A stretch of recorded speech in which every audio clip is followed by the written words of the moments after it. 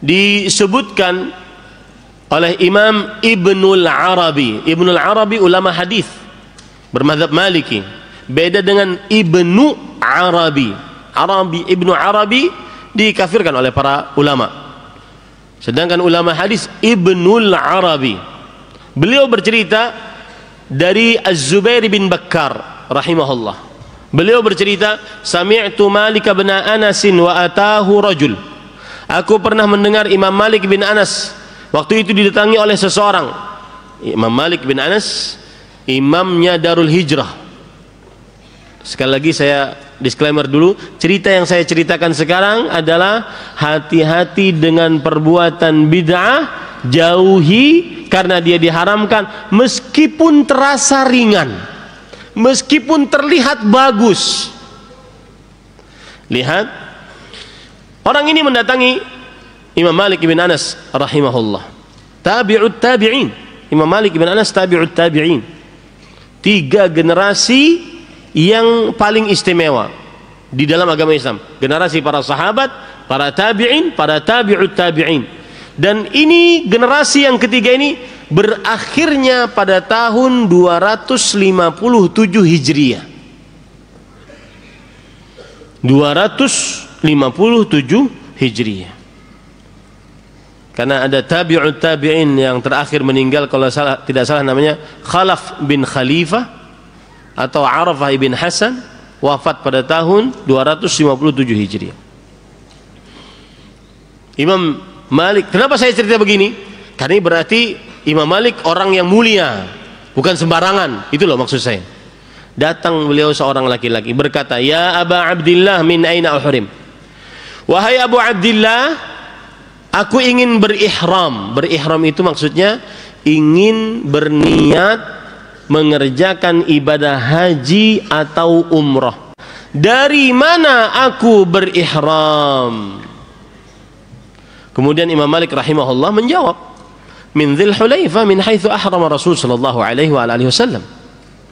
Dari Dzul Hulaifah, disitulah Rasul sallallahu alaihi wasallam berihram. Lihat, seluruhnya disandarkan kepada sunnah. Dan saya ingin cerita dulu masalah, misalkan ini Masjid Nabawi sebelah sini, ya. Kemudian di samping Masjid Nabawi itu ada kuburan Rasul sallallahu alaihi wasallam. Kemudian 15 menit atau sekitar sampai setengah jam dari Masjid Nabawi ada namanya Miqat Dzul Hulaifah. Miqat penduduknya kota Madinah. Orang Indonesia biasa menyebutnya Bir Ali. Bir Ali. Kenapa? Karena di situ dikisahkan bahwa Ali bin Abi Thalib radhiyallahu anhu punya sumur di situ. Tetapi itu riwayatnya lemah dan nama yang sesuai dengan sunnah adalah Dzul Hulaifah. Al-muhim, Rasul sallallahu alaihi wasallam berihram di sini kalau mau pergi ke Mekah berumrah atau berhaji. Orang ini bertanya kepada Imam Malik di kota Madinah, dari mana aku berihram? Kata Imam Malik, dari sini, min Dzul Hulaifah, haitsu ahrama Rasulullah sallallahu alaihi wasallam. Disitulah Rasul sallallahu alaihi wasallam berihram.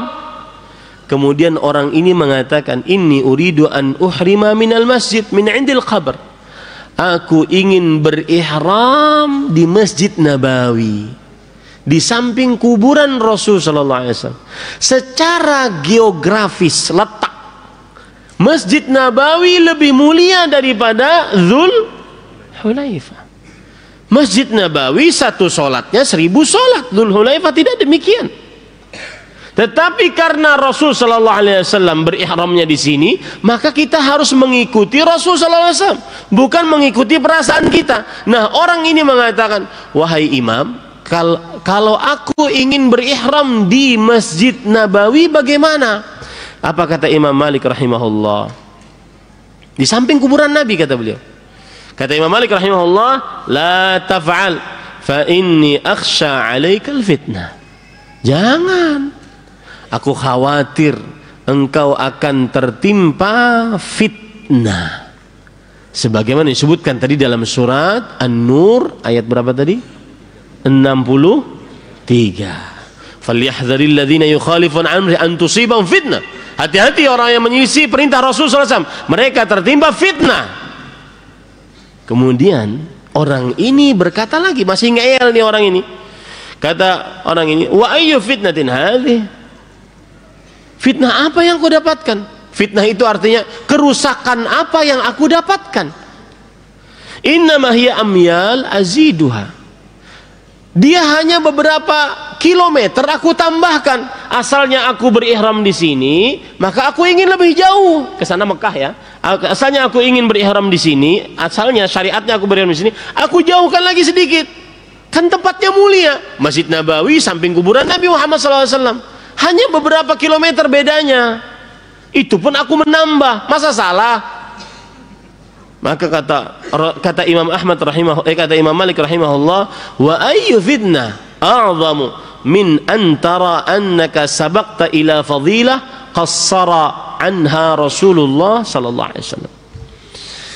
Beliau mengatakan, kerusakan apa yang lebih besar, atau bahasanya yang lebih mudah, tidak ada kerusakan yang lebih besar dibandingkan engkau mengerjakan sesuatu yang engkau anggap lebih mulia daripada yang dikerjakan oleh Rasul sallallahu alaihi wasallam.